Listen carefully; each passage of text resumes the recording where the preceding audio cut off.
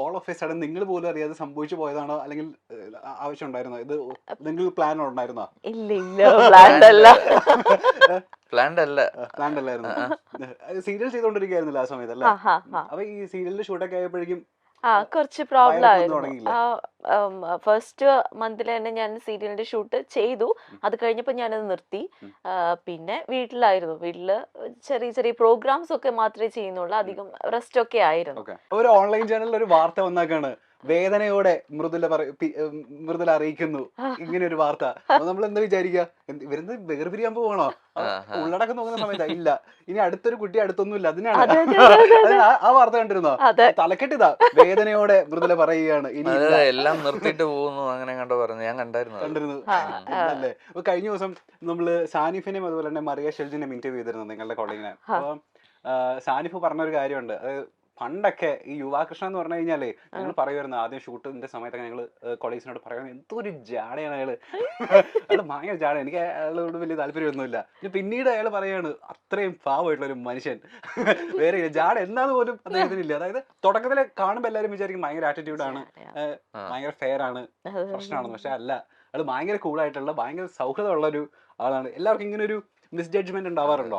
എല്ലാവർക്കും ഉണ്ടാവാറുള്ള തെറ്റിദ്ധാരണ. പക്ഷെ വാ തുറന്നാ പോയി പറയത്തില്ല. കാര്യം ഞാൻ ഒരാളുടെ അടുത്ത് മിങ്കിൾ ആവാനായിട്ട് കുറച്ച് ടൈം എടുക്കും.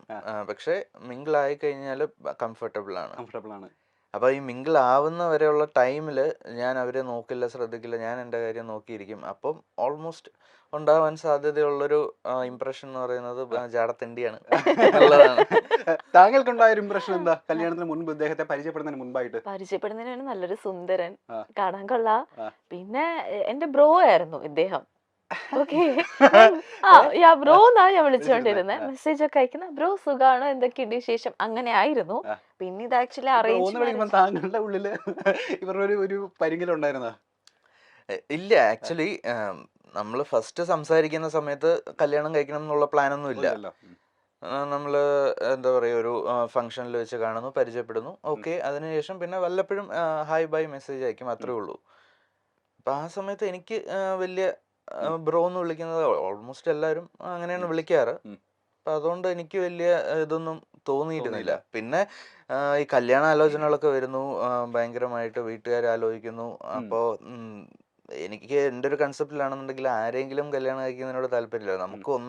നമുക്ക് അത്യാവശ്യം കുറച്ചെങ്കിലും അറിയാവുന്ന ഒരാളായിരിക്കണം, എന്നാലേ അവരുമായിട്ട് നമ്മൾ ഒത്തുപോകുന്നു നമുക്ക് ജഡ്ജ് ചെയ്യാൻ പറ്റുള്ളൂ. അതോടൊപ്പം തന്നെ അത്യാവശ്യം കുറച്ച് ടാലന്റ് ഉള്ള ഒരാളായിരിക്കണം എന്ന് എനിക്ക് നിർബന്ധമുണ്ട്. അതായത് ഇൻഡസ്ട്രിയിൽ നിന്ന് തന്നെ ഒരു ആളായി കഴിഞ്ഞാൽ നല്ലത് എന്നൊരു തോന്നലുണ്ടായിരുന്നു. പക്ഷെ ആ തോന്നൽ ആദ്യം തന്നെ അടിച്ചമർത്തപ്പെടുകയായിരുന്നു.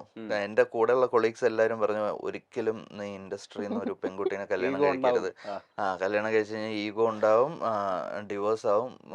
അതുകൊണ്ട് ഡിവോഴ്സ് ആണ് അതിന്റെ അവസാനം, അല്ലാതെ വേറെ ഒന്നും നോക്കേണ്ട ആവശ്യമില്ല. നീ പുറത്തുനിന്ന് ഒരു കുട്ടീനെ നോക്കുന്നതാണ് നല്ലത്. ഓൾമോസ്റ്റ് എല്ലാവരും അത് തന്നെയാണ് പറയാറ്. കാര്യം എന്ന് വെച്ച് കഴിഞ്ഞാല് കാണുന്ന ന്യൂസസും എല്ലാം അതുപോലെ ആയതുകൊണ്ട് എല്ലായിടത്തും ഈ ഡിവോഴ്സ് ഉണ്ട്. പക്ഷെ ഇത് ഇൻഡസ്ട്രിയിൽ നിൽക്കുന്ന ആൾക്കാർ കുറച്ചൊരു ഫെയിം ഉള്ളത് കൊണ്ട് ബാക്കിയുള്ളവരിലേക്ക് അറിയുന്നു, അത്രേ ഉള്ളൂ വ്യത്യാസം. അപ്പൊ എനിക്ക് ആ കൺസെപ്റ്റിനോട് എനിക്ക് യോജിക്കാൻ പറ്റിയിട്ടില്ല. നമുക്ക് വേവ് ലെങ്ത് ഉള്ള ഒരാളെ കിട്ടിക്കഴിഞ്ഞു കഴിഞ്ഞാൽ അയാൾ സെയിം ഇൻഡസ്ട്രി ആണോ അല്ലയോ എന്നുള്ളത് ബാധകമല്ല. ഈഗോ ഒക്കെ നമുക്ക് അഡ്ജസ്റ്റ് ചെയ്ത് കൊണ്ടുപോകുന്നതേ ഉള്ളൂ. അപ്പൊ അതുപോലെ തന്നെ ഇങ്ങനെ സംഭവിച്ചു പോകുന്നുണ്ട് ഇപ്പൊ. മൃദുല, ഞാൻ ചോദിക്കട്ടെ, ഇപ്പൊ ബിഫോർ ആൻഡ് ആഫ്റ്റർ ഇംപ്രഷൻ വന്ന മാറ്റം എന്താണെന്ന് ചോദിച്ചാൽ എന്താ പറയാ? അതായത് മുന്നേ നമ്മൾ വിചാരിച്ചു വെച്ചിരുന്ന കുറെ കാര്യങ്ങൾ ഉണ്ടായിരിക്കുമല്ലോ കല്യാണത്തിന് മുൻപ്, കല്യാണത്തിന് ശേഷം ഉണ്ടായ ഇംപ്രഷൻ എന്തൊക്കെയാ? മുന്നേ ഉണ്ടായിരുന്ന ഇംപ്രഷൻ എന്തായിരുന്നു? ലൈക്ക് ആളെ പറ്റിയിട്ടാണോ? ആളെ പറ്റിയിട്ട് ഇതേപോലെ ഈ ജാട എന്നുള്ളത് ജാടയാണല്ലോ എന്നുള്ളൊരു തോന്നലുണ്ടായിരുന്നു. പിന്നെ കല്യാണം കഴിഞ്ഞതിന് ശേഷം ആളെ കൂടുതൽ മനസ്സിലാക്കാൻ പറ്റി. അതാണ് ലൈക്ക് ഭയങ്കര ലവബിൾ ആയിട്ടുള്ള ഒരാളാണ്, ഭയങ്കര കൂളാണ്.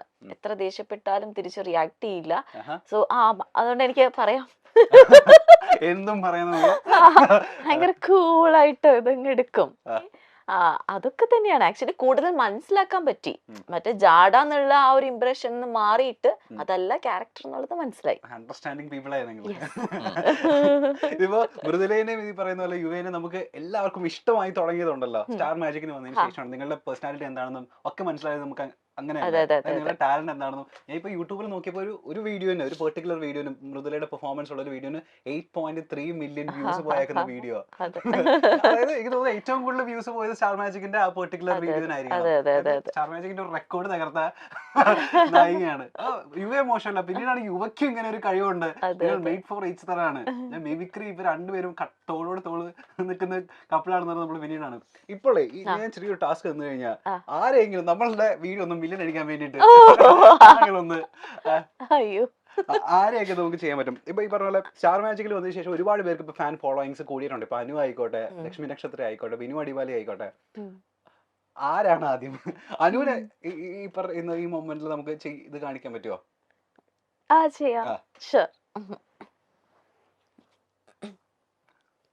ഇത് ഞാൻ എന്തിരടി നീ പറയണത്? കുറെ നേരമായിട്ട് ഞാൻ നോക്കുന്നുണ്ടടി. നീ നീ നീ ഇത് കണ്ട, ഈ ഫോട്ടോ നീ കണ്ട? അയ്യോ എന്ത് നല്ല രസമുണ്ടല്ലേ, ഞാൻ അപ്പോഴേ പറഞ്ഞതാണ്. ഓ എനിക്ക് വയ്യ. എന്നെ കൊള്ളാമോടി, നീ പറ. ഈ ഉടുപ്പ് കൊള്ളാമോടി, പറയടി. കുഴപ്പമൊന്നും ഇല്ലല്ലോ അല്ലേ? ഇതെന്തോന്ന്, നിന്റെ ലിപ്സ്റ്റിക് എന്തോന്ന്? കൊള്ളില്ല. കൊള്ളാല്ലേ? ഏതാണ്ട് ഇതുപോലെയൊക്കെ തന്നെയാണ് ഫ്രെയിമിൽ നമ്മള് അനുവിനെ കാണുന്നതല്ലേ? അതിന് ഈ പറഞ്ഞ ഇതൊന്നുമില്ല, ഫേക്ക്നെസ് ഒന്നുമില്ല. ആളെങ്ങനെയാണോ അതുപോലെ തന്നെ. ചേട്ടന്റെ അങ്ങോട്ടേക്ക് ഒന്ന് പ്ലേറ്റ് മാറ്റാണ്. ചേട്ടൻ ഈ പറയുന്ന പോലെ ബിനു അടിമാലിനെ അവതരിപ്പിക്കുന്ന കണ്ട സമയം നമ്മൾ ഞെട്ടിപ്പോയിട്ടുണ്ടായിരുന്നു. കോളേജിലെ അത്യാവശ്യം മിമിക്രി ഒക്കെ ചെയ്യുന്ന ആളായിരുന്നോ? കോളേജിൽ ഡിഗ്രിക്ക് പഠിച്ചുകൊണ്ടിരുന്ന സമയത്ത് ഇതേപോലെ കോമ്പറ്റീഷൻ, കോളേജ് ലെവലിലുള്ള കോമ്പറ്റീഷൻ, ആർട്സ് ഫെസ്റ്റിനൊക്കെ ചെയ്യുമായിരുന്നു. പ്രൈസ് വാങ്ങിക്കുമായിരുന്നു. ഇതറിയായിരുന്നോ? കല്യാണത്തിന് മുന്നേ അന്ന് അവതരിപ്പിച്ചപ്പോഴാണ് ആദ്യമായിട്ട് അറിയുന്നത്. ആണല്ലേ? ഓ ചേട്ടാ. അതിന് ശേഷം പിന്നെ പ്രാക്ടീസ് അങ്ങനെയൊന്നും ഇല്ലായിരുന്നു. അന്ന് എന്തോ അങ്ങനെ തോന്നി, കുറച്ച് സൗണ്ടുകളൊക്കെ ചെയ്തപ്പോൾ ഓക്കെ ആയിട്ട് തോന്നി. അങ്ങനെ പിന്നെ കയറി പെർഫോം ചെയ്തതാണ്. അപ്പൊ ഞാൻ ചോദിക്കട്ടെ, മിമിക്രി ഉണ്ട്, മാജിക് ഉണ്ട്, മെന്റലിസം ഉണ്ട്, ഡാൻസ് ഉണ്ട്, പാട്ടുണ്ടെന്ന് ആരും പറയുന്നത്? പാട്ടുണ്ട്. ഡാൻസ് അത്രക്കില്ല. റീൽസിലൊക്കെ നമ്മള് ഡാൻസ് കളിച്ച് ഏതൊരു കൊറിയോഗ്രാഫറിന്റെ കൂടെയുള്ള ഡാൻസ് ഒക്കെ നമ്മൾ കണ്ടിരുന്നു റീൽസില്. ഒന്നും മോശമല്ല. ഇപ്പൊ നമ്മൾ ആരെയാ ചെയ്യാൻ പോകുന്നത്? അപ്പൊ ബിനിച്ചേട്ടന് ചെയ്യാം, നന്നായിട്ട് ചെയ്യും.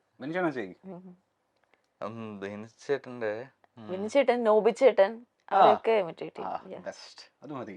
ഓക്കെ ജസ്റ്റ് ഒന്ന് ട്രൈ ചെയ്ത് നോക്കാം. അത്രേ ഉള്ളൂ. എന്റെ പൊന്നടാവേ, ഞാനവിടെ വന്ന് ഇരിക്കുമ്പോണ്ടല്ലോ ഇന്റർവ്യൂവിന്, എന്റെ എതിരെ എന്നെ പോലെ വേറൊരുത്തൻ. അപ്പൊ ഞാൻ ആലോചിക്കുക, ഇവനിത് ഇവിടെ നിന്നാടാ എന്റെ പൊന്നെ വന്നതെന്ന്. ഇങ്ങനെയൊക്കെ പറഞ്ഞിട്ട് പരിപാടിയും ചെയ്തിട്ട് പോവാനായിട്ട് പറ്റുമോ? നീക്കൊന്ന് ആലോചിച്ച് നോക്കിയത് ഇവിടെ നിന്ന് എന്താ സംഭവം നടക്കണേന്ന്.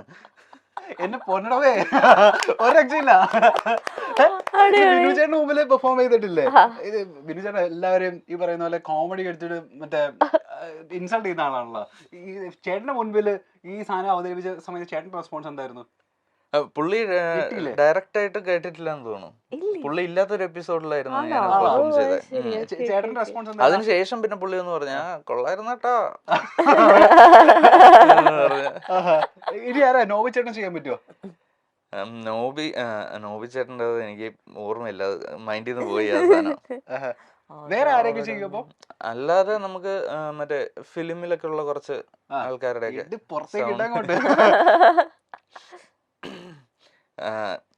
ഞാൻ സ്ഥിരം പണ്ട് കോളേജിൽ ചെയ്തിട്ടുണ്ടിരുന്ന സാധനങ്ങളൊക്കെ തന്നെ. കൊച്ചിൻ ഹനീഫയും ജനാർദ്ദനും തമ്മിലുള്ളൊരു ഡയലോഗ്, ആസനെ അർദ്ധം ഷക്കീല പറ്റി ഇരട്ടാന്ന് കേട്ടത് പോയാലോ? ഓ നീ തങ്കപ്പനല്ലടാ പൊന്നപ്പനാ. അതുകൊള്ളാം.